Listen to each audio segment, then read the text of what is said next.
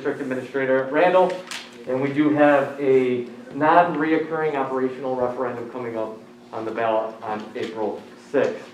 I decided to bring paper with all the virtual and technology meetings that we've been through lately. I thought it'd be nice to just have some paper copies. So I'll go through the slides. If you have any questions, please just shout them out. Otherwise, I'm just going to go ahead and go through the presentation. And all this information is on our website under the referendum tab. Our Randall School district website, and you can find this slide, and there's also a video presentation that you can view as well. So Randall Excellence, the past 3 years, most importantly, we've been a beacon of positivity for the area. We've been open for in-person instruction, and I just wanted to say thank you to all the Randall stakeholders for passing of the referendum in 2018, because without that extra space, it would have been very difficult to be in person the way that we are, with the social distancing that we've been put into place, and then also to have the revenue to support the extra staffing that was needed for that. So thank you for passing that in 2018. We were also starting to phase back into our extracurricular activities that we've been able to provide because of the last referendum. We're also having excellence of academics with high school credit in algebra, geometry, and Spanish 1. We are continuing to implement our ELA our curriculum and our new math curriculum, and continuing to be innovative with our technology and STEM programs. We've also been able to do offer in person, but then also doing virtual instruction as well. So if any parents at Randall that wanted to be virtual, they still have that option with the in-person instruction that was happening. Some of the challenges that we have is the Wisconsin state funding model. So Randall receives less funds per student than some of the other districts, and we have a number of unfunded mandates through special education, educator effectiveness. We have to transport all of the students, and there's not the proper amount of funding for that as well. And then we also have the transferring of students with open enrollment, which can be a challenge at times, not just with students coming and going, but also all the compliance-based paperwork that comes with that. So for a school finance overview, we had a couple options that we could look at for the next 3 years. One of that would be staffing reductions, and that really is not a possibility right now. We need to keep our class sizes small, we need to maintain social distancing, and we need to keep our cohort of students within the groups that they're in, looking forward into next year. We could increase employee contributions, and we had done that 6 years prior, where staff had taken on more of those contributions, so we didn't think that that was the appropriate time, and we feel that our staff does contribute a fair share. And then we could also use our fund balance, but that was where we were 6 years ago, so we have built up that fund balance and we don't want to go back to where we were. So that's why we did choose, and by we I mean the Randall School Board, with my recommendation to do the 3-year non-reoccurring operational referendum. So it'll end in 2024, and it's to cover additional operational expenses.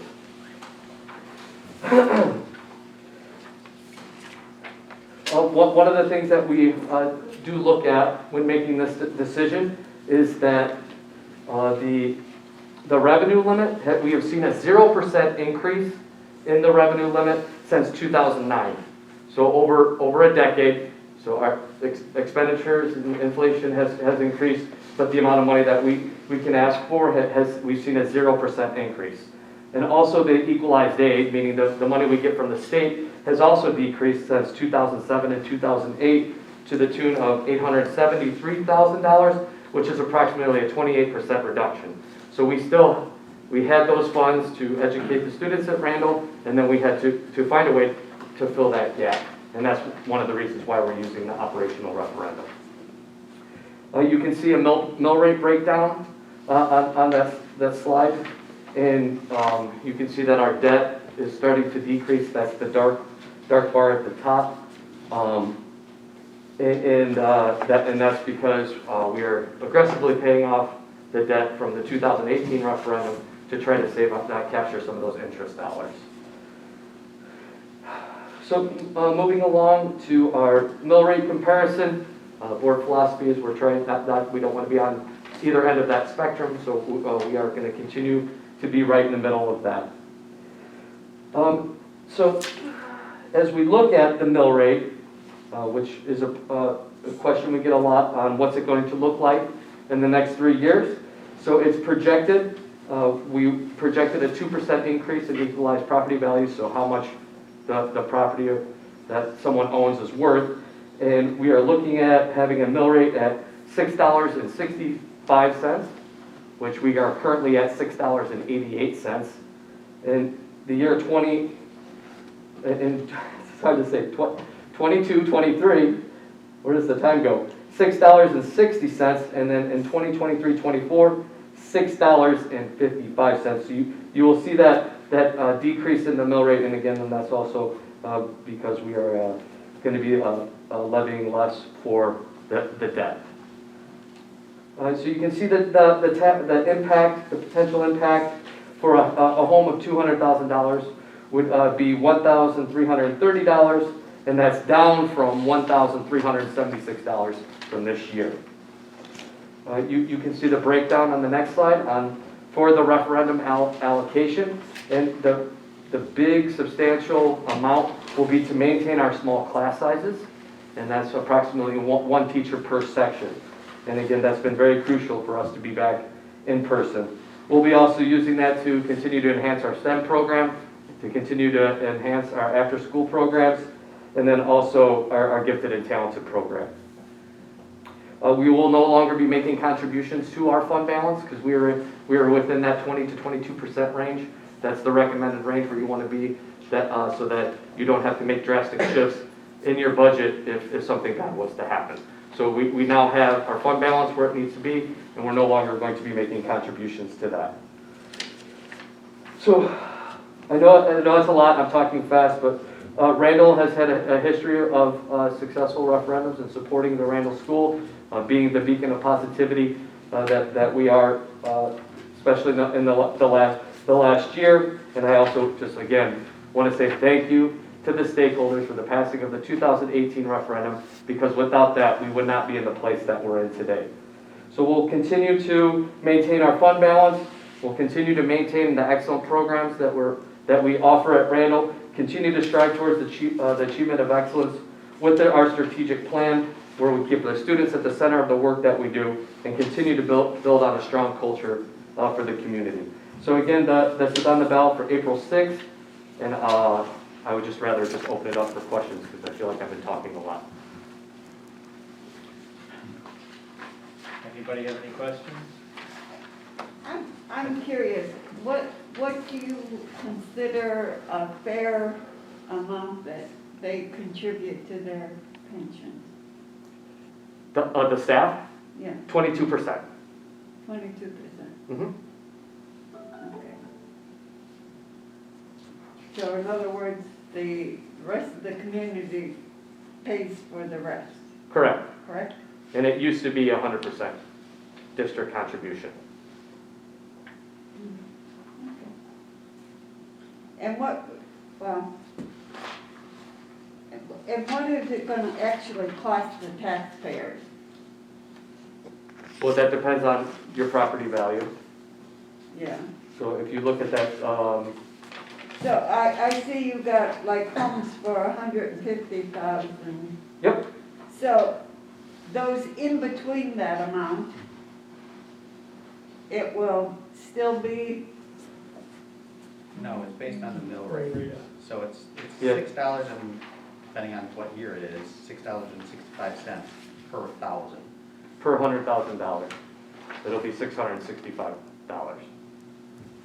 And we have no control over the equalized value, meaning that we don't control how much property is worth around here. right. But we do The we guy do control the behind mill you rate. do. What's that? The guys behind you do. Yeah, I think that's why everyone should know. I got a little excited. I thought some people were here to hear this, but And really, the total equalized value of the district doesn't, it matters in setting what the rate is, but it doesn't matter for the Yep. distribution, so, Because your budget's, yeah.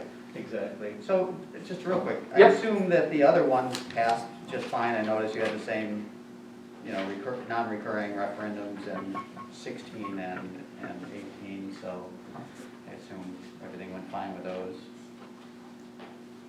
I'm sorry, what was the question? This isn't your first time with doing these non-recurring. No, oh, this is the third one for Right. Randall. And so the other one went fine, voting wise, so, Yeah, it's been supported, but, yeah, right. we don't like to, we like to be thorough with our presentation when we ask for these funds. And if anybody has a question, here or publicly, you can go, there's a questionnaire form on our website. You can fill that out, and then we check that daily and post real-time answers. When does the 2018 referendum get paid off? The schedule to, I would have to double check on that, and that's a good question, I should have known that answer. But, yeah, I don't want to falsely represent, but I can follow up with that answer. But there's a debt schedule. So the largest part of what you're looking is to maintain class sizes. What is that, how does that break down? So $550,000. So that's approximately one teacher per section, grades K through 8. So what does that mean? How many teachers then? Is that, 9, okay, yep. And we try to keep it, our primary grades K1 and 2 lower than grades 3 through 8. okay. Okay. And what's your optimal class size that you're shooting for? So grades 3 through 8, we'd like to keep it under 24. And then grades K1 and 2, if it gets above 20, we start to look at that. So, what about the K4 program? The 4K, Yeah, that's a 2 half-day. okay, We have 2 teachers that do an AM and PM, so we have 4 sections.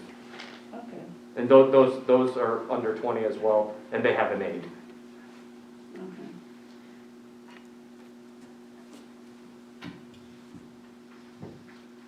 Okay. Anybody else have any other questions? All right, sounds good. Thank you for the presentation. Yeah, thank you.